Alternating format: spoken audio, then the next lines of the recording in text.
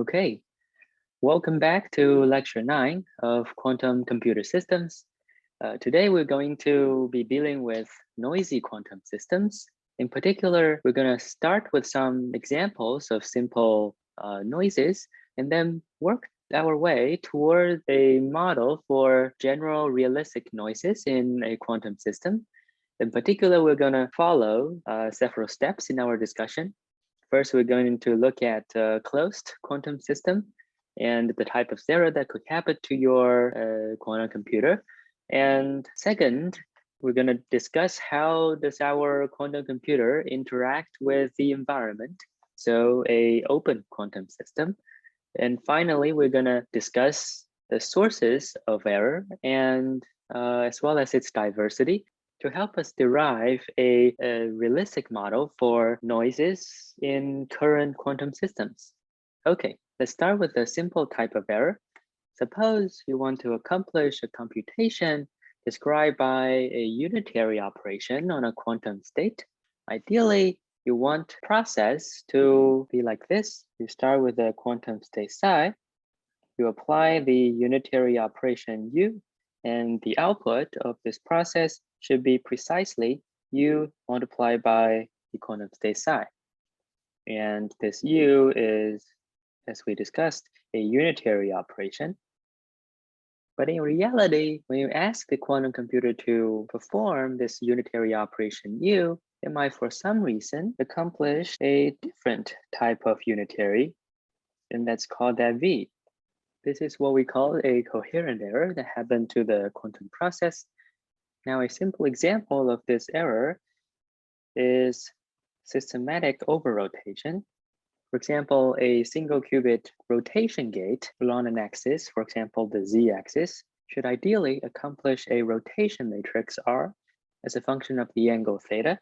But in reality, in a noisy system, due to various reasons like imperfection in the control, you might end up accomplishing a rotation of theta plus delta, a small angle difference. So in a circuit model, what you accomplish is essentially a rotation by the theta angle, this ideal operation, plus an error operation as a rotation about delta angle on a quantum state psi.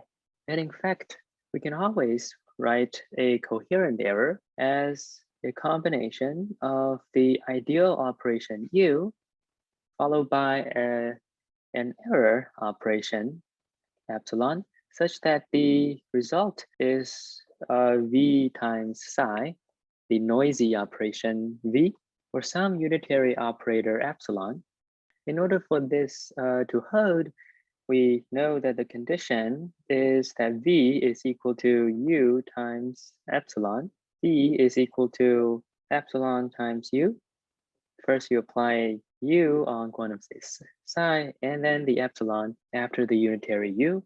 Therefore, the error operator, the unitary operator epsilon, is equal to V times U dagger by multiplying U dagger on both sides of the equation. Now, this type of error might seem nice. Firstly, it's coherent.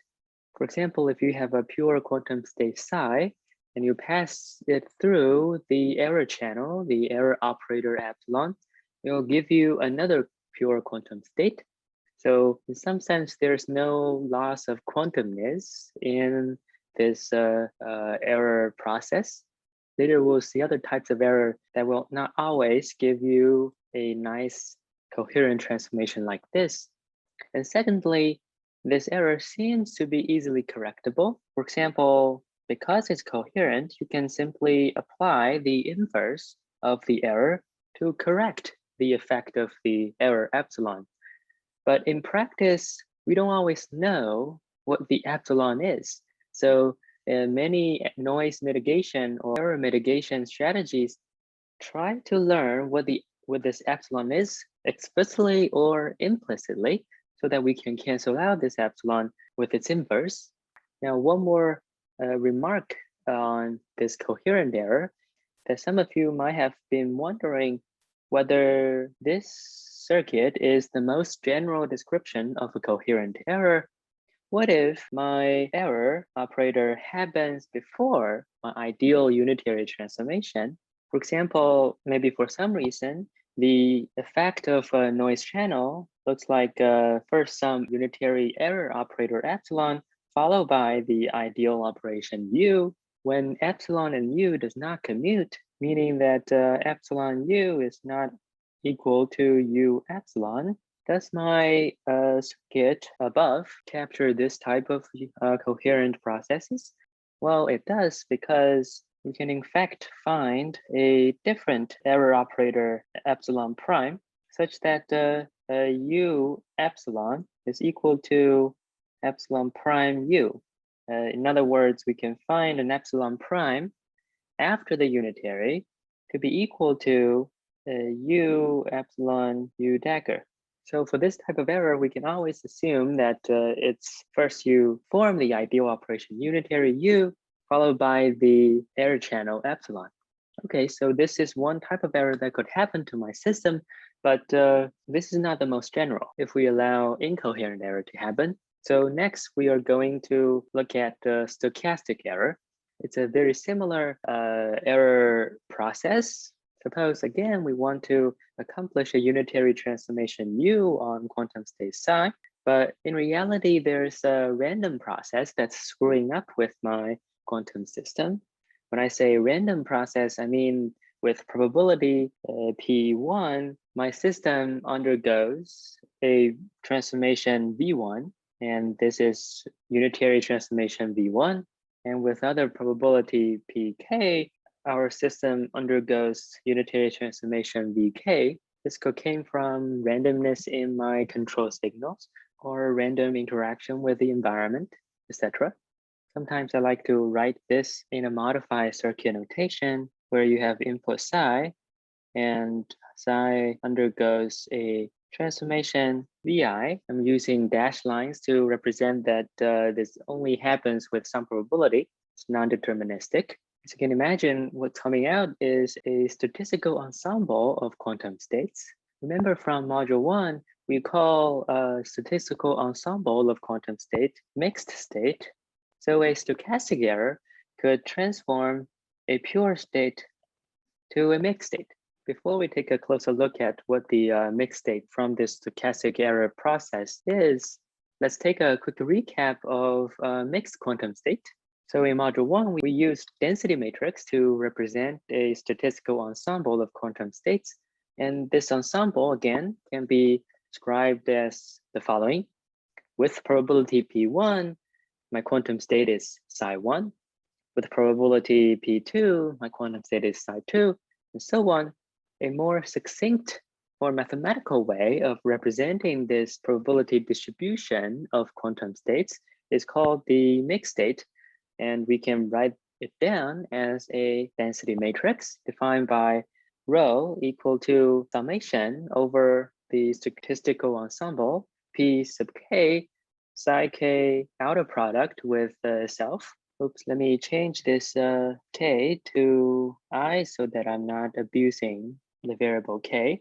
So summation over all possible quantum state I, pi, the probability, times the outer product of quantum state psi I with itself. And this is the ket vector. This is the conjugate transpose of the ket vector called the bra vector. So an example of a density matrix for 1 qubit goes for probability 1/2. Your quantum state psi1 is 0. And with probability P2 equals 1/2, the quantum state psi2 is 1. So a uniform distribution of the quantum state 0 and the quantum state 1. And the density matrix form can be written as probability 1/2 times 0 outer product with itself plus 1/2 times state 1 outer product with itself. Now, in terms of matrix, it has 1/2 along the diagonal and 0 off diagonal. And again, on the Bloch sphere, it's essentially a distribution of quantum state 0 and 1, each with probability 1/2.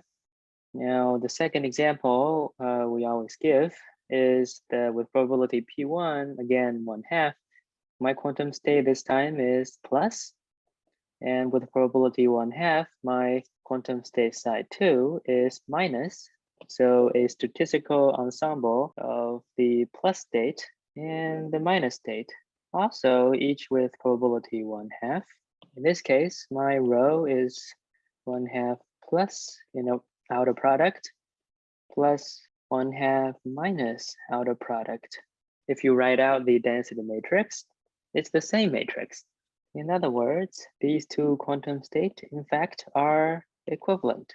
It's just a different statistical ensemble representation of the same mixed state. And as you may recall from our early lecture, there are infinite number of ways that you can write the same mixed states into different ensembles of quantum states.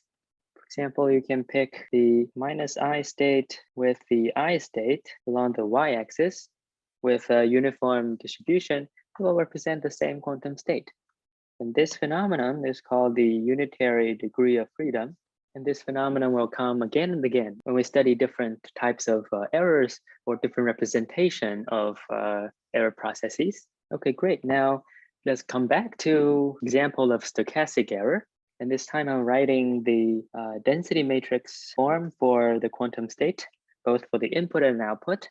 So the ideal case, you have rho equals 100% probability of quantum state psi, so a pure quantum state.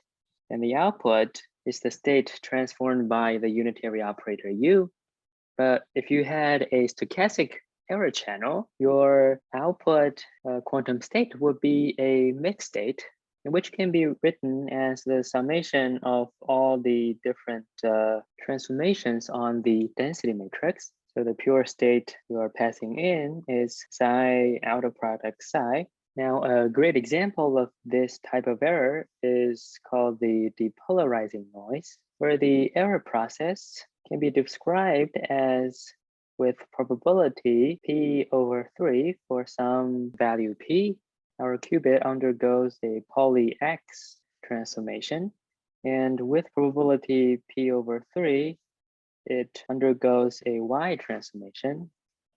With another p/3 probability, it undergoes poly Z operation. And otherwise, nothing happened to the qubit. With the density matrix representation, we can easily describe this process as rho out equals probability 1 minus p, nothing happened to my quantum state rho.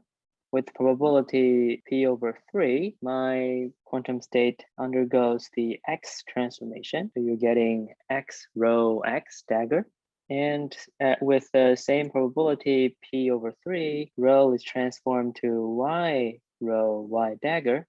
And finally, with the same probability p/3, your output becomes Z rho Z dagger. Now this noise channel or process has its intrinsic symmetry. You can view it as with some probability, my qubit undergoes a flip along the x-axis. With the same probability, it will flip along the y-axis. And again, with the same probability, it will flip along the z-axis. If you have the single qubit block sphere in mind, then it seems like you are performing this probabilistic flip in all directions. It turns out that you can view the same process with the following equivalent picture.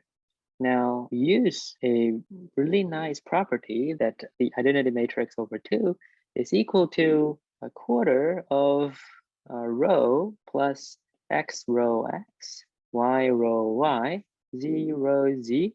And this is true for arbitrary rho. So we can rewrite the output quantum state here as 1 minus 4p/3 rho plus 4p/3 I. Now this time, with probability 1 minus 4p/3, our quantum state is untouched.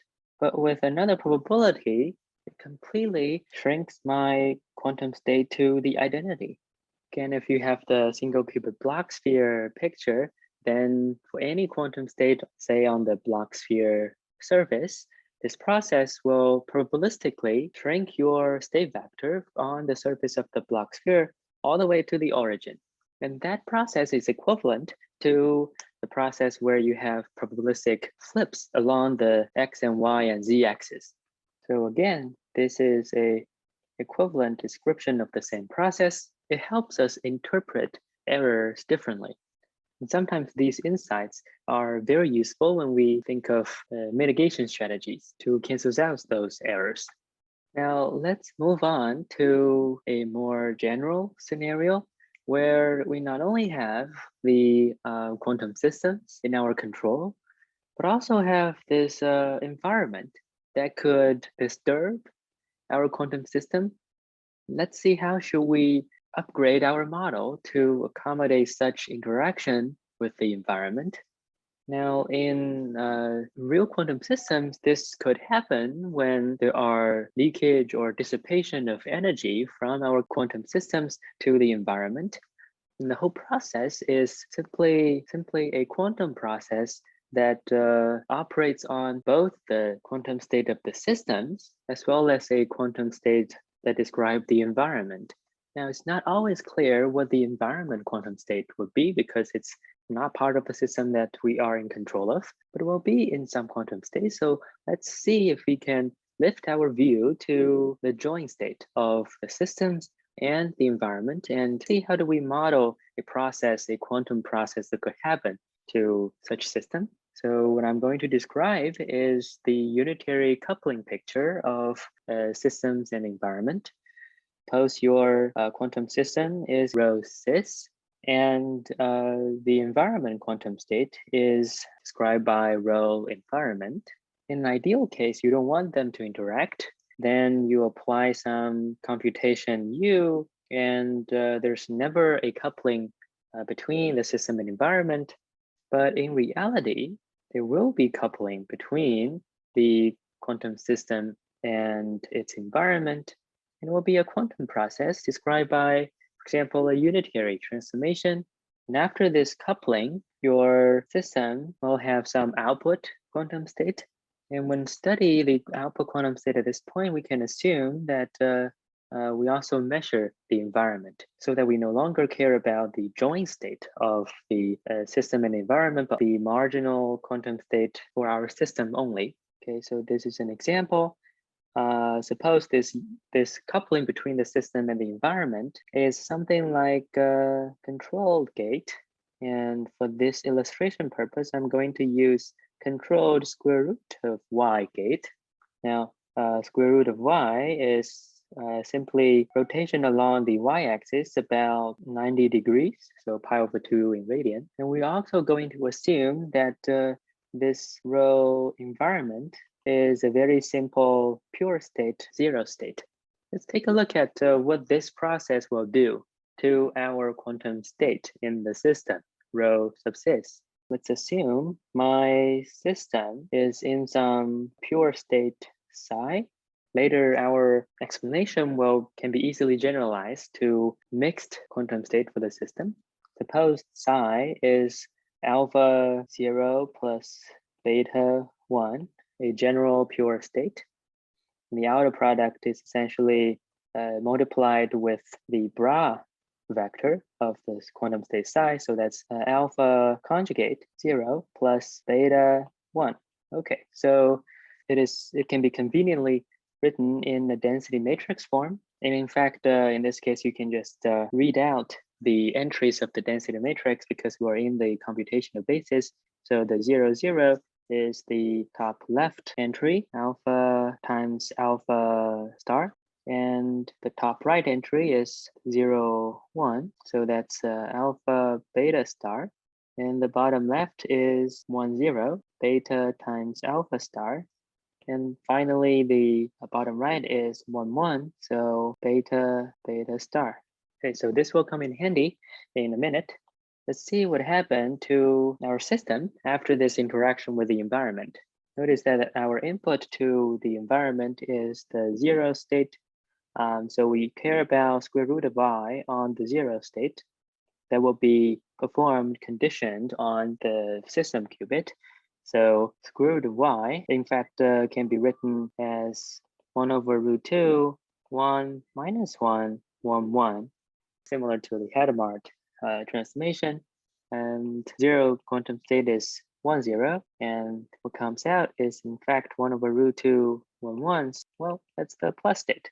So it does transform my 0 to the plus state. So first, we have rho cis tensor rho in equals alpha 0, 0, beta 1, 0, outer product with itself, alpha star 0, 0, beta 1, 0. So I'm just appending 0 for the environment everywhere for the system's qubit.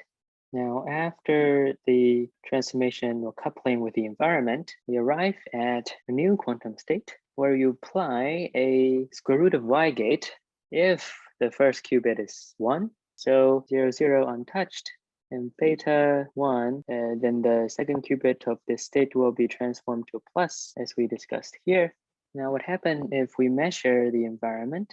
If you use our measurement rule from the first module, you will see that this is a partial measurement, and the quantum state consistent with the 0 measurement outcome is alpha 0 plus beta over root 2, 1.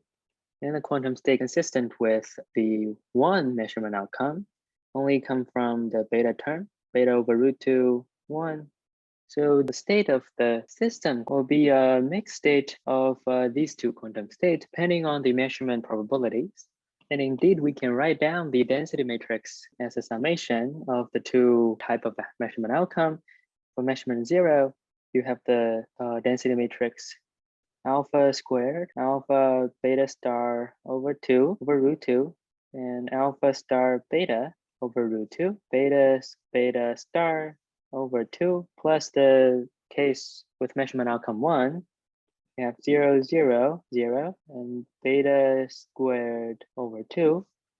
So in fact, the output density matrix is just alpha, alpha, and beta, beta along the diagonal, and extra 1 over root 2 factor for the terms off diagonal.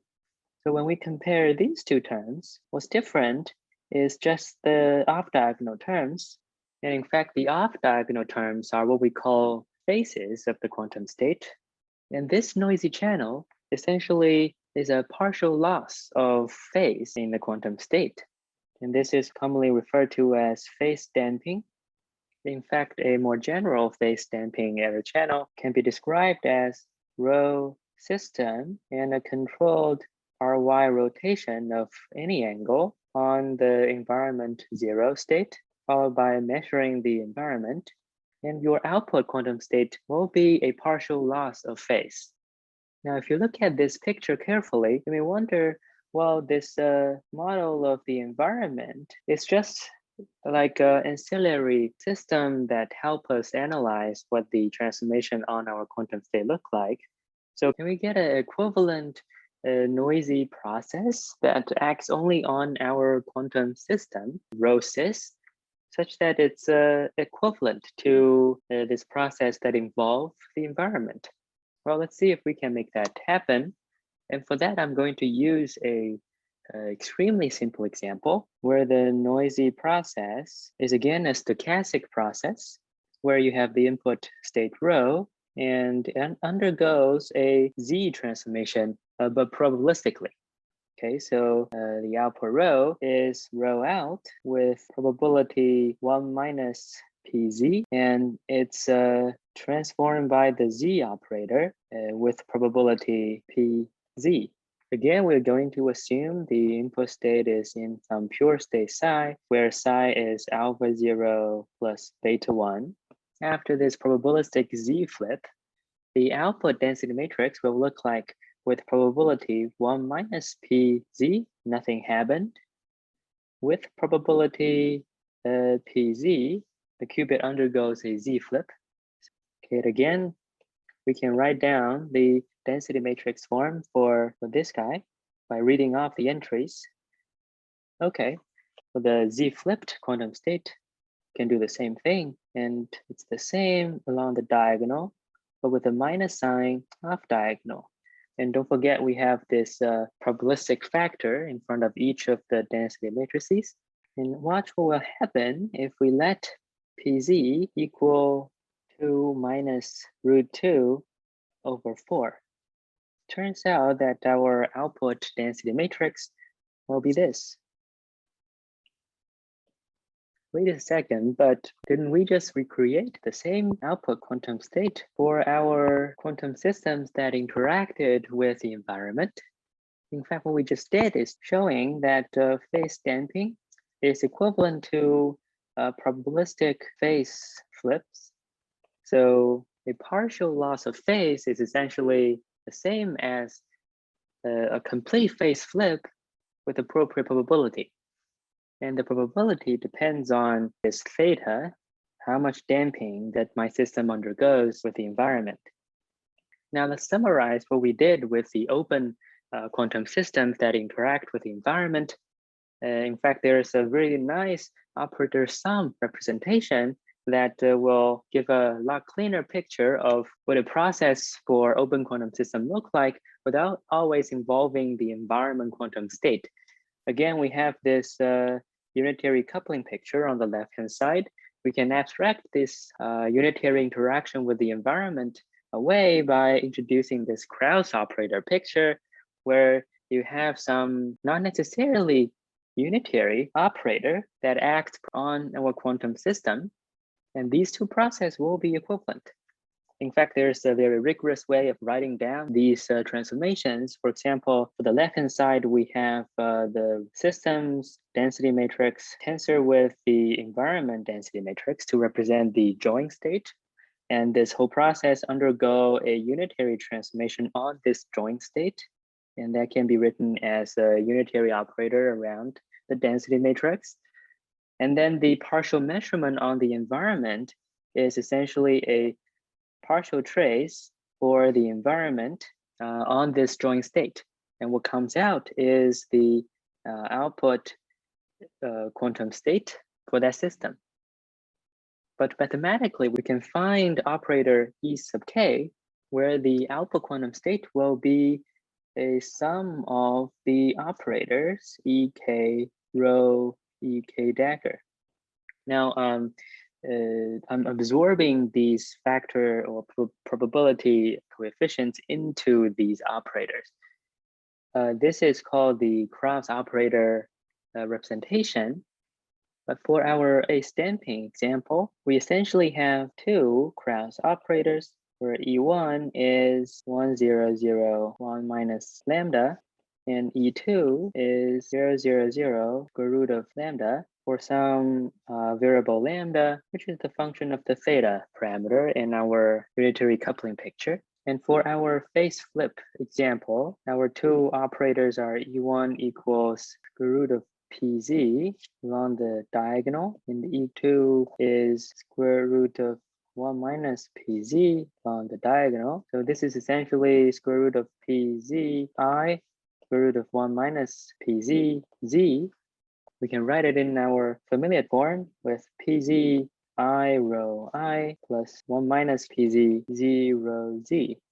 Well, I haven't described how to directly derive from the unitary operated on the joint state of the system and the environment to the Krauss operator that acts only on the system.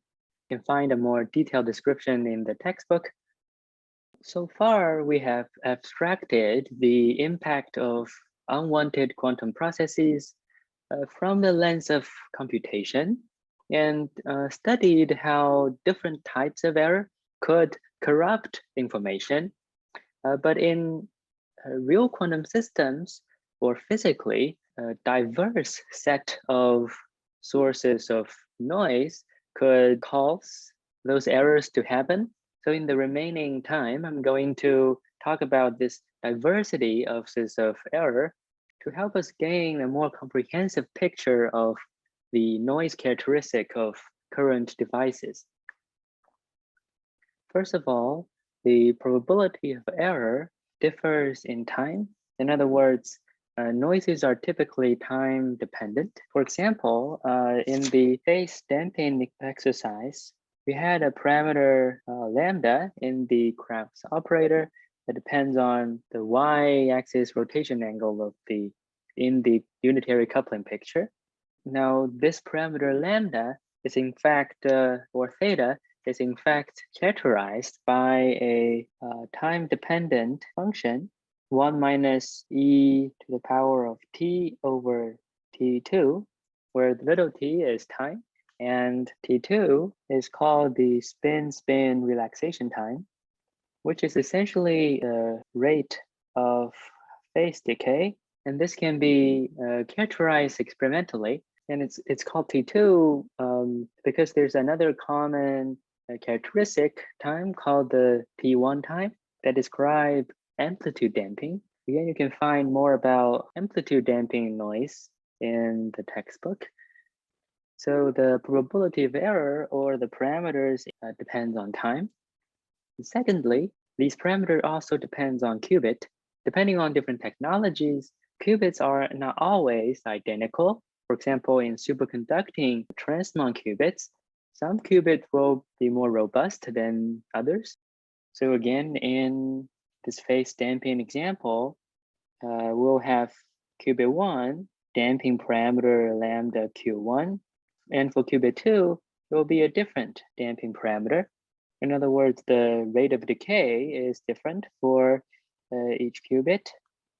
Furthermore, these decay rate also depends on whether or not you are performing a gate on them. Typically, you will see, for example, in the node gate scenario or idle, it has an associated rate of decay for idle time.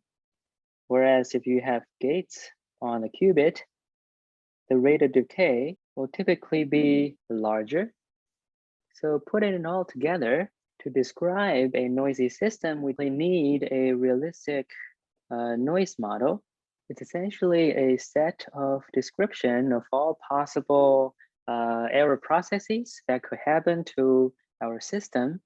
For example, during idle time for qubit 1, perhaps we'll undergo some stochastic unitary processes so that it's described by an ensemble of unitary operators, or some other times you will encounter with some other probability interaction with the environment. So you have to use the Krauss operator representation.